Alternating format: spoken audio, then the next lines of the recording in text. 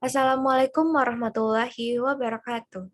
Perkenalkan, nama saya Malika Ilma Kautsar dengan NPM 021 dari Program Studi Ilmu Komunikasi Fakultas Ilmu Komunikasi Universitas Padjadjaran.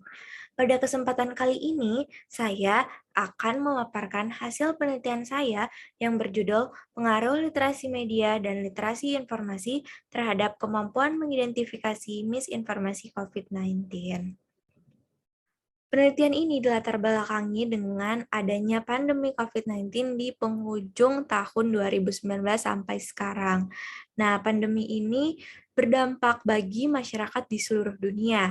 Informasi mengenai virus COVID-19 ini pun tersebar dengan sangat cepat dan luas. Namun sayangnya banyak terselip misinformasi di dalamnya. Jadi, bahaya dari COVID-19 ini bukan hanya karena virusnya, tetapi juga dengan adanya misinformasi yang tersebar. Masyarakat menjadi panik dan khawatir secara berlebihan.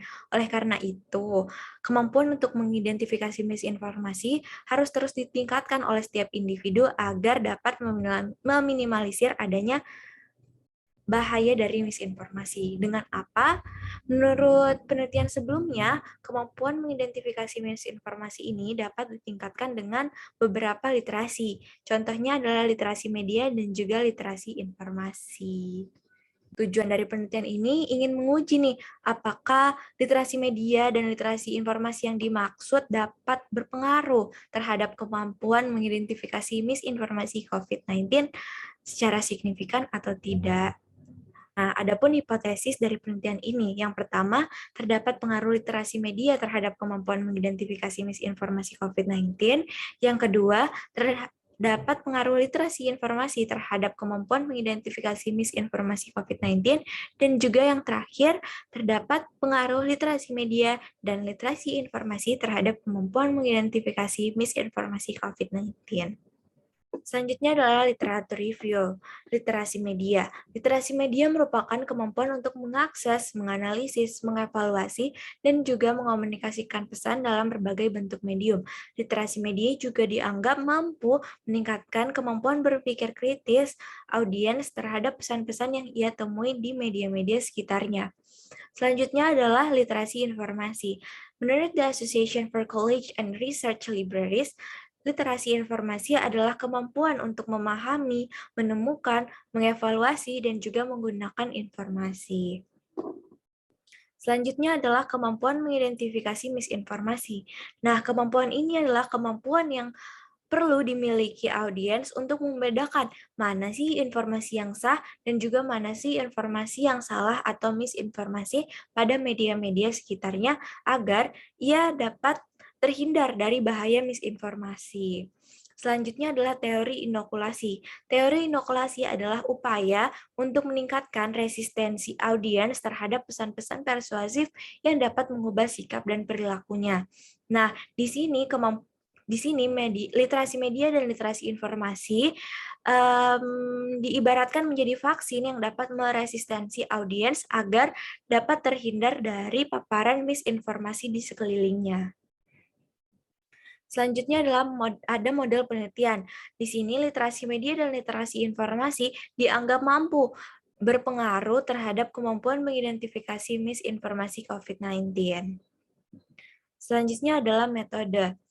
Yang pertama, teknik sampling dan pengumpulan data. Di sini, pada penelitian ini, menggunakan teknik sampling non-probability sampling, yaitu purposive sampling, karena sampel yang digunakan memiliki syarat khusus atau kriteria khusus, yaitu mahasiswa aktif di seluruh Indonesia. Jadi, di luar mahasiswa tidak dapat mengisi kuesioner sebagai alat pengumpul data ini.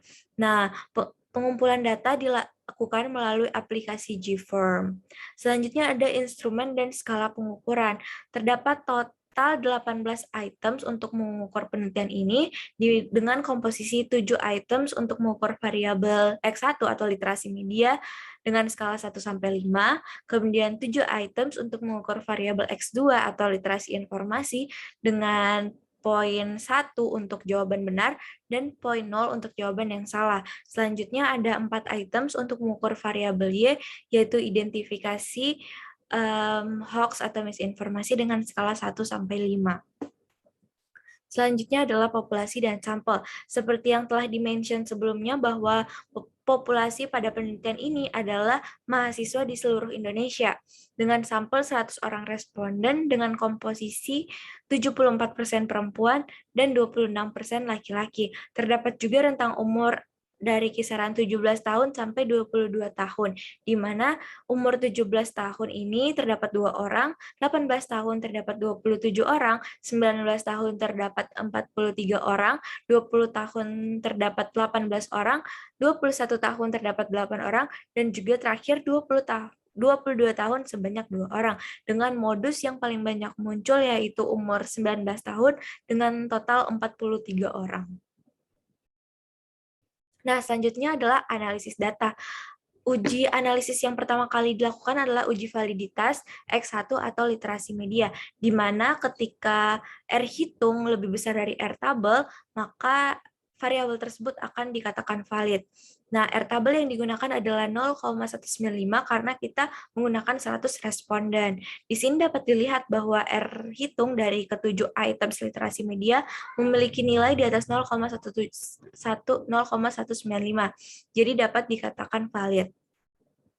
Selanjutnya adalah uji validitas X2 atau literasi informasi. Sama seperti sebelumnya yang menggunakan R hitung dan R tabel, dapat dilihat bahwa ada satu items dari literasi informasi yang memiliki nilai di bawah 0,195 yaitu 0,180 dan dapat dikatakan tidak valid. Oleh karena itu, uji-uji selanjutnya tidak akan menggunakan items tersebut.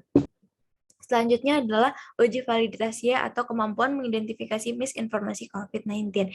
Di sini dapat dilihat bahwa seluruh R hitung dari variabel Y memiliki nilai yang lebih besar daripada R tabel, maka dapat dikatakan valid. Selanjutnya adalah uji reliabilitas.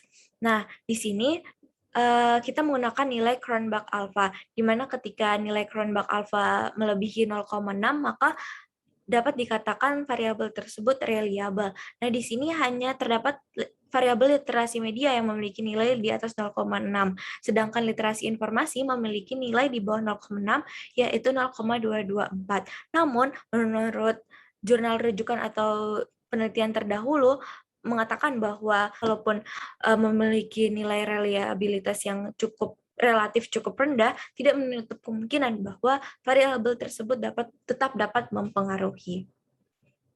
Selanjutnya adalah uji regresi berganda. Di sini kita fokus pada tabel signifikan. Dapat dilihat bahwa jika signifikan memiliki nilai di bawah 0,05, maka variabel tersebut dapat dikatakan berpengaruh.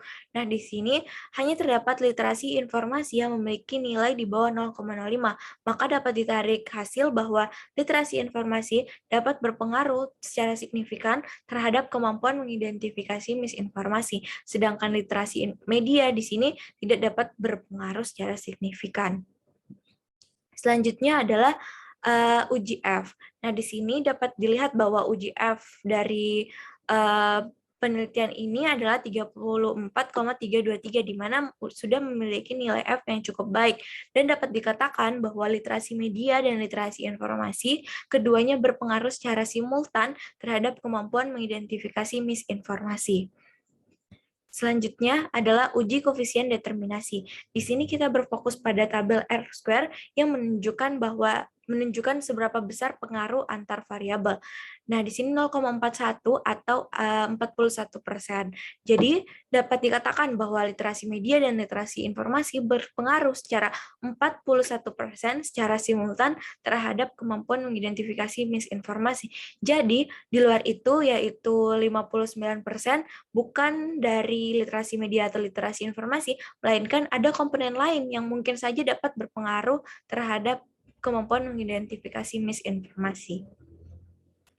Nah, berikut adalah hasil dari uji analisis yang kita lakukan. Yang pertama, H1, terdapat pengaruh literasi media terhadap kemampuan mengidentifikasi misinformasi COVID-19 ditolak karena literasi media tidak dapat berpengaruh secara signifikan terhadap kemampuan mengidentifikasi misinformasi.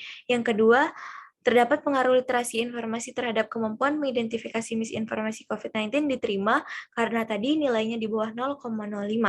Dan yang terakhir, H3, terdapat pengaruh literasi media dan literasi informasi terhadap kemampuan mengidentifikasi misinformasi COVID-19 dapat diterima karena memiliki nilai F yang sudah simultan. Sekian, terima kasih. Semoga penelitian saya ini dapat dimengerti dan dipahami dan mungkin dapat bermanfaat bagi penontonnya. Terima kasih. Wabillahi taufiq wal hidayah. Wassalamualaikum warahmatullahi wabarakatuh.